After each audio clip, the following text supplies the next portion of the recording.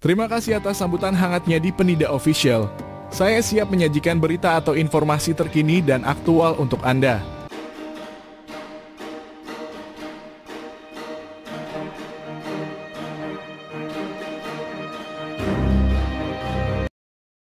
Pemanggilan oleh Divisi Propam Polri mungkin tidak seefektif jika dilakukan oleh Kapolri langsung, mengingat posisi dan pangkat yang setara antara Kadif Propam dan Kapolda Sulawesi Selatan, yang sama-sama Jenderal Bintang 2.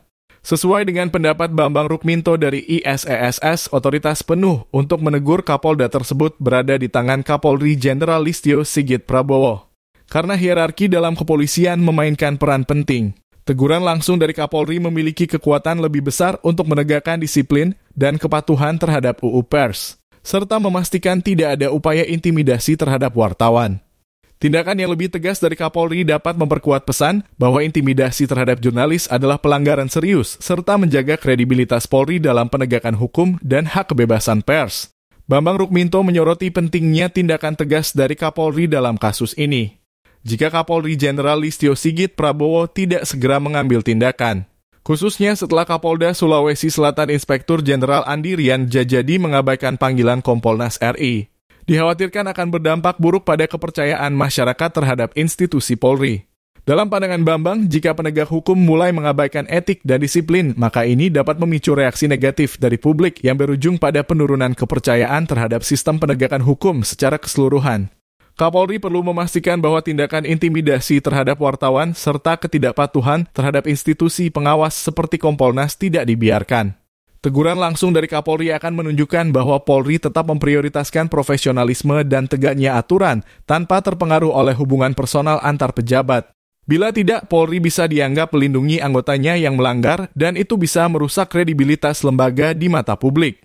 Kasus dugaan intimidasi yang dilakukan oleh Kapolda Sulawesi Selatan, Irjen Andi Rian Djajadi, terhadap jurnalis Heri Siswanto menyoroti isu serius terkait kebebasan pers dan penegakan hukum di Indonesia. Intimidasi terhadap jurnalis, apalagi dengan menggunakan kekuasaan untuk mempengaruhi kehidupan pribadi, seperti mutasi istri Heri, jelas mencederai prinsip transparansi dan keadilan. Jika Kapolri tidak segera turun tangan dan menindak tegas, hal ini berpotensi memperburuk persepsi masyarakat terhadap integritas institusi kepolisian. Kekhawatiran Bambang Rukminto bahwa penurunan kepercayaan publik terhadap penegakan hukum bisa mengarah pada negara gagal bukanlah sesuatu yang berlebihan. Negara gagal ditandai dengan ketidakmampuan pemerintah untuk menjalankan hukum dan mengikat semua elemen negara secara konsisten. Jika dibiarkan, kasus seperti ini bisa menciptakan preseden buruk di mana masyarakat tidak lagi percaya bahwa hukum ditegakkan dengan adil yang bisa memicu disintegrasi sosial. Kapolri perlu memastikan bahwa tindakan intimidasi seperti ini tidak ditoleransi, terutama terhadap wartawan yang menjalankan tugasnya sebagai pengawas publik. Langkah tegas seperti peneguran langsung terhadap Kapolda dan pengembalian istri Heri ke posisi semula dapat membantu memulihkan kepercayaan publik serta menunjukkan bahwa Polri berkomitmen untuk menjaga integritas dan profesionalisme tanpa diskriminasi.